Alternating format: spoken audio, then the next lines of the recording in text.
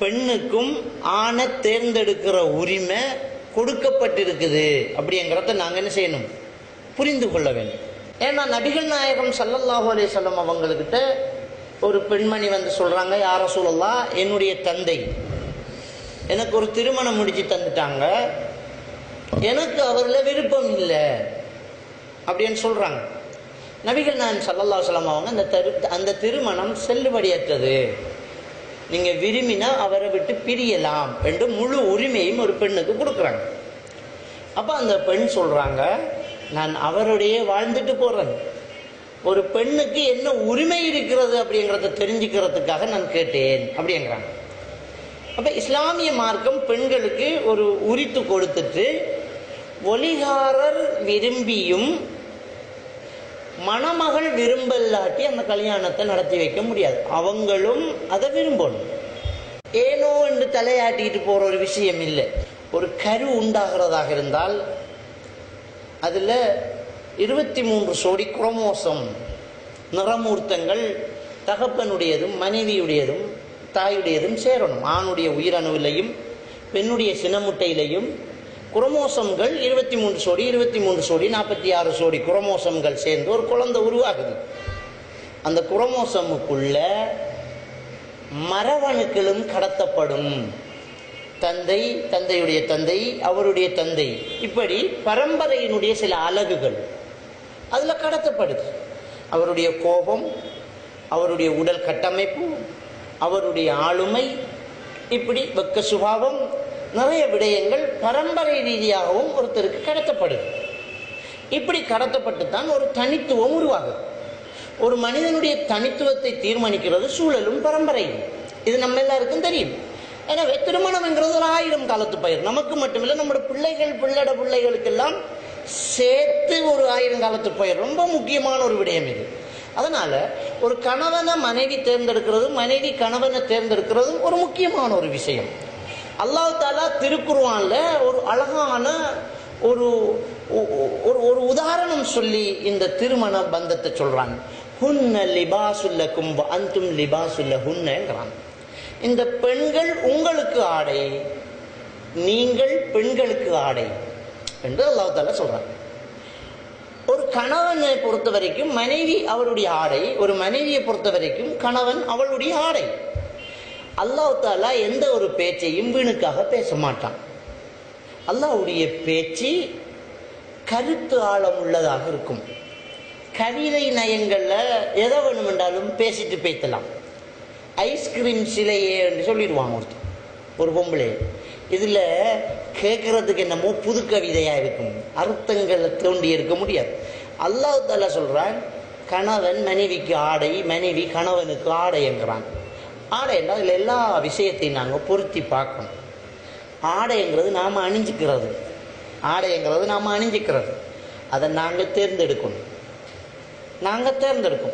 ஆடையை தேர்ந்தெடுக்கும் போது எப்படி தேர்ந்தெடுப்போம் என்கிற விஷயத்தில் நாங்கள் முக்கியமாக பார்க்கணும். நம்ம ஒவ்வொருத்தரும் தனித்தனியாக நம்முடைய மனசில் கை வச்சு பார்ப்போம். நிறைய ஆடைகள் இன்றைக்கு ஜவுளி கடைகள் இருக்குது. நாங்கள் ஒரு கடைக்குள்ளே நுழைஞ்சா நாங்கள் தேர்ற ஆடையில் முதற்கண் நாங்கள் கவனிக்கிறது என்னென்னா, நம்மளோட கலாச்சாரத்துக்கு சரியாக இருக்கிற ஆடையை முதல்ல எடுப்போம். நாம் ஒரு சிலுவடை படம் போட்டிருக்கு, ஒரு காவி நிறத்து படம் போட்டிக்கு, ஒரு அரச மரத்து இலை போட்டிருக்குது, ஒரு தர்ம சக்கரம் போட்டிருக்குது, ஒரு சாமி சிலை போட்டிருக்குது, ஒரு உருவப்படம் போட்டிருக்குது அப்படின்னு சொன்னால் நாங்கள் அந்த ஆடையை எடுக்க மாட்டோம்.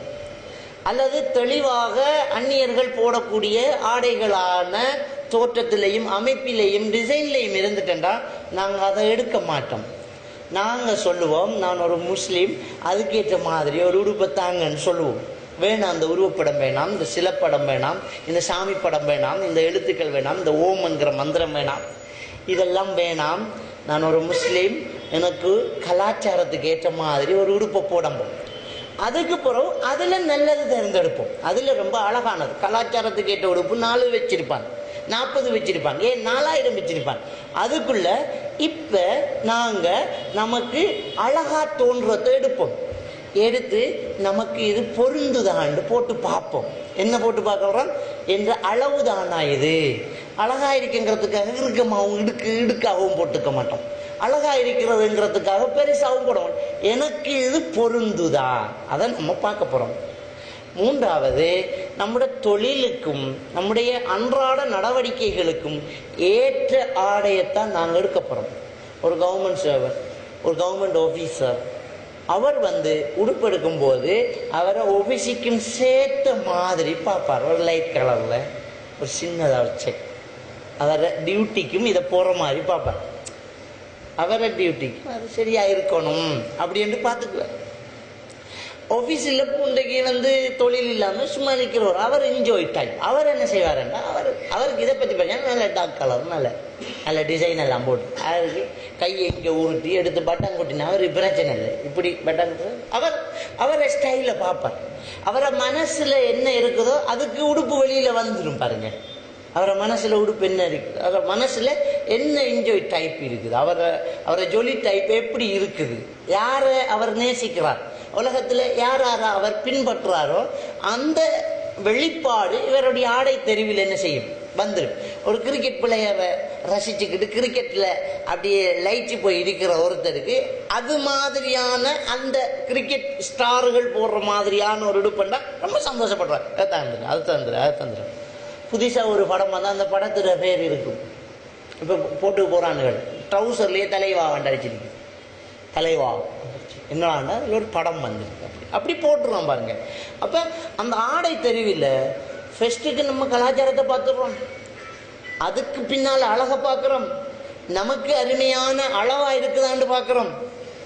அதுல தெரிவு செய்கிற அந்த அழகு ஆளுக்கால் வித்தியாசப்படும். ஒவ்வொருத்தருக்கும் ஒவ்வொன்று அழகப்படும். சொல்லுவாங்க, புடவையிலையும் பொண்ணுலையும் கழிவு இல்லை என்று சொல்லுவாங்க. நம்ம ஒரு துணியை எடுத்து என்ன அது மஞ்சளா இருக்குது, மனுஷன் போடுவானா அப்படி என்று இன்னொன்று எடுப்போம். எதை தட்டி விட்டோமோ அதை இன்னொருத்தம் தேடினதே இதான், இதை தந்துருங்க நமக்கு அப்படின்றான். இது மாதிரி தான் பொண்ணுலையும், இது பொம்பளையா, இது அழகாவா இருக்கு அப்படின்ற ஒருத்தன் வேணான்றான். அதை பார்த்து ஒருத்தன் அழகண்டா அழகி, இதுதான் அழகு என்று எடுத்துட்டு போய்த்துருவான். சொல்லுவாங்க பழையவங்க, பொண்ணுலையும் புடவையிலையும் கழிவு இல்லைன்னு சொல்லுவாங்க. அல்லாஹ் அந்த பொண்ணுக்கு புடவைக்கும் சம்மந்தப்படுத்தி தான் பேசுவான், ஆடையத்தான் சம்மந்தப்படுத்தி பேசுறான். எனவே இப்படி நாங்கள் சாய்ஸ் பண்றோம். இதுல நாங்க என்ன செய்யணும், ஒரு பெண் எடுக்கிறதா இருந்தாலும் ஒரு கணவனை தேர்ந்தெடுக்கிறதா இருந்தாலும் இதை நாங்க பார்க்கணும். முதல்ல என்ன சொல்றாங்க நபிகள் நாயகம் ஸல்லல்லாஹு அலைஹி வஸல்லம் அவங்க, துன்கஹுல் மர்ஆலி அர்பஇன், ஒரு பெண் 4 விஷயங்களுக்காக திருமணம் முடிக்கப்படுவா. 4 விஷயத்துக்காக ஒரு பொம்பளை இன்றைக்கு கல்யாணம் முடிக்கிறாங்க. ரெண்டு அனுமதி இல்லை, 4 நாட்டு நடப்புன்னு சொல்றாங்க. என்ன, லிஜமாலிஹா, அவ அழகா இருக்கிறா அப்படிங்கிறதுக்காக கட்டிக்கிறான். ஒருத்தன் அழகாத்தான் இருக்கிறா அப்படிங்கிறதுக்காக கட்டிக்கிறான். ஒலி ஹசபிஹா, அவ வம்சம் நல்ல வம்சம் அப்படிங்கிறதுக்காக கட்டிக்கிறான். அந்த குடும்பத்துக்கு மாப்பிள்ளையா போறதுக்கே கொடுத்து வச்சுக்கணும்ன்றான். பிரச்சனையே இல்லாத ஒரு குடும்பப்பா, என்னன்றாலும் அந்த குடும்பத்தாக்களை பேரை சொன்னாலே மரியாதை தான் அப்படின்னு குடும்பத்துக்காக கல்யாணம் கட்டுறான். 3வது ஒலி மாலிஹா, அவ வசதியா இருக்கிறாங்கிறதுக்காக கல்யாணம் கட்டுறான். 4வது ஒலி தீனியா, அவகிட்ட மார்க்கம் இருக்குது அப்படிங்கிறதுக்காக கல்யாணம் கட்டுறான். தரிவதி எதாக்குன்றான், நீ மார்க்கம் உள்ளவளை கல்யாணம் முடிச்சு வெற்றி பெற்றுக்கோ, இல்லை என்றால் நீ நாசமாயிருவ அப்படின்னு நபிகள் நாயகம் ஸல்லல்லாஹு அலைஹி வஸல்லம் சொல்றாங்க. 4 இருக்குது, மார்க்கத்தை பிடிச்சுக்கப்பா, மற்றதுல நாசம் இருக்குதுன்றாங்க. இதுதான் இந்த சப்ஜெக்டே. நாசம் என்ன, வாழ்க்கையில பிரச்சனை தான் பெறும். அழகான மனைவி தான் மனசுல சந்தோஷமா இருந்தா தானே அந்த அழகை அனுபவிக்கலாம். அழகான கணவன் தான் மனசுல சந்தோஷம் இருந்தா தானே அந்த கணவன் அனுபவிக்கலாம். வாழ்க்கையினுடைய சந்தோஷம் எல்லாம் அந்த உள்ளத்தோடு சம்பந்தப்பட்டு இருக்குது. எனவே அங்க மார்க்கம் இல்லை என்றால் இந்த சந்தோஷம் இல்லாம போகும். மார்க்கம் என்ற உடனேயே நம்ம மனக்கண்ணுக்கு முன்னால ஒன்றை கொண்டு வந்து வச்சிடக்கூடாது. அபாயி, தொப்பி, தாடி அப்படி கொண்டு வந்து மார்க்கத்தை அப்படி கொண்டு வந்துறாங்க. ரசூலுல்லாஹி ஸல்லல்லாஹு அலைஹி வஸல்லம் அவங்க ஒரு மார்க்கவாதி, ஒரு முஸ்லீம் யார் என்று சொல்லும் போது தாடி வச்சவன் தொப்பி ஓட்டவன் பள்ளிக்குள்ளேயே கிடக்கிறான் அப்படின்னு சொல்லலை, பள்ளிக்குள்ளேயே படுப்பான். அதைத்தான் மார்க்க முஸ்லீம் அப்படின்னு சொல்லல.